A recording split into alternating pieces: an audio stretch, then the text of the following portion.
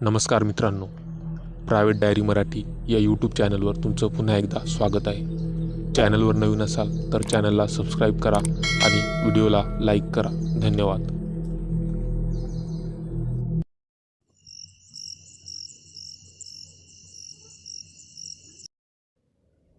तो शनिवारचा दिवस होता.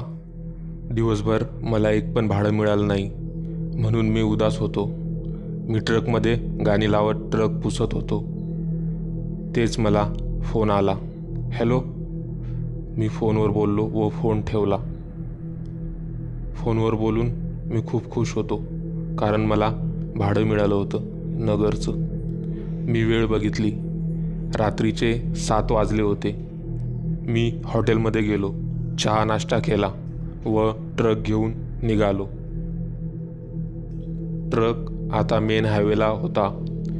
मी गाण्यांच्या तालावर ट्रक दामटत होतो. खिडकीतून येणारा थंड वारा रोमांच आणत होता. आता मी शहराची हद्द पार केली होती व आता सुनसान हायवे लागला होता. हायवेवर वाहनांची वर्दळ खूपच कमी होती. माहीत नाही का, पण त्या सुनसान रोडवरून ट्रक चालवताना मला एक प्रकारची हुरहुर वाटत होती. मन बेचैन वाटत होतं.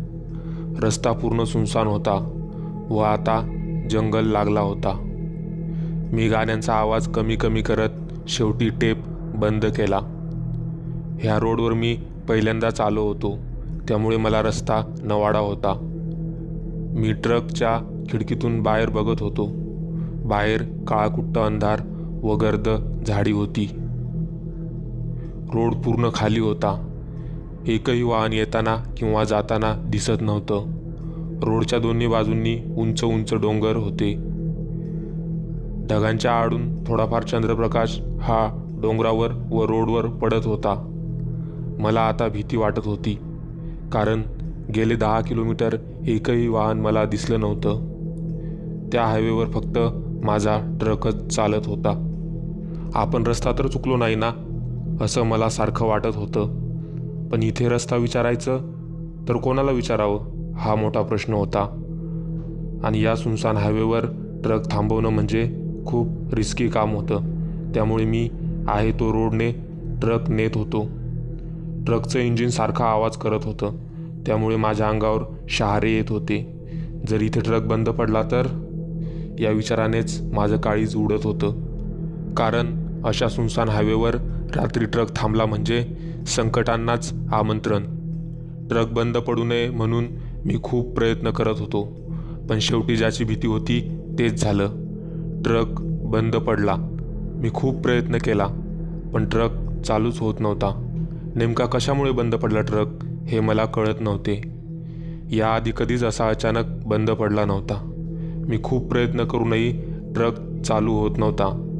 मी ट्रकच्या खिडकीतून बाहेर बघू लागलो. बाहेर अंधाराने पूर्ण रोड व्यापला होता. पूर्ण रस्ता सुनसान होता. हलकासा चंद्रप्रकाश पडला होता. दुर्दैवाने मी एकटाच त्या हायवेवर होतो.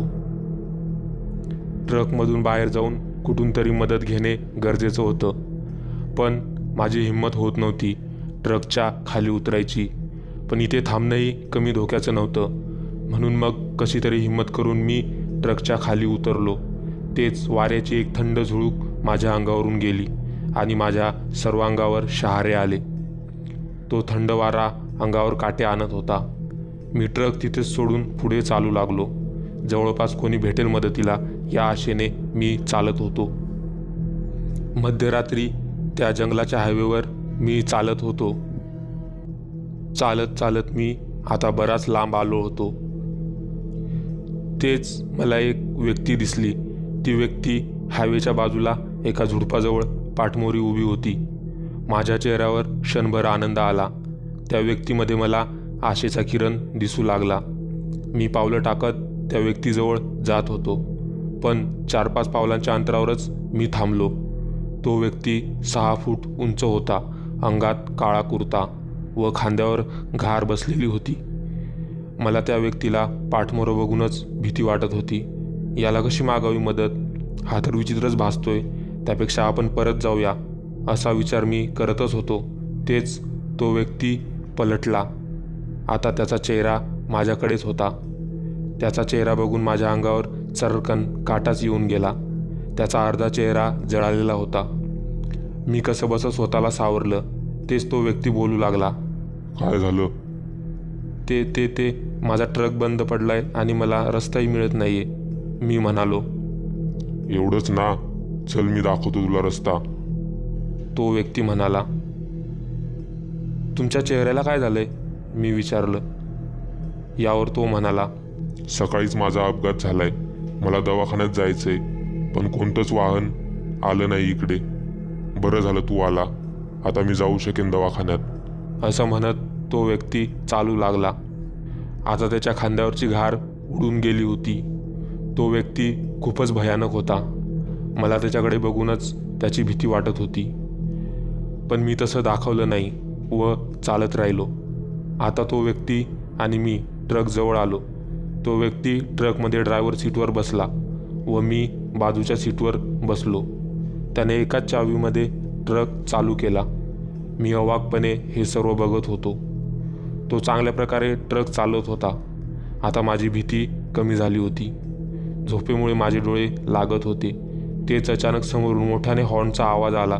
एक मोठा कंटेनर आमच्याच ट्रककडे भरधाव वेगाने येत होता. माझी झोप उडाली व मी लगेचच स्टीअरिंग फिरवले. ट्रक अचानकपणे वळवल्यामुळे तो एका झाडाला जाऊन धडकला. मला चांगलाच मार लागला होता, त्यामुळे माझी शुद्ध हरपत होती.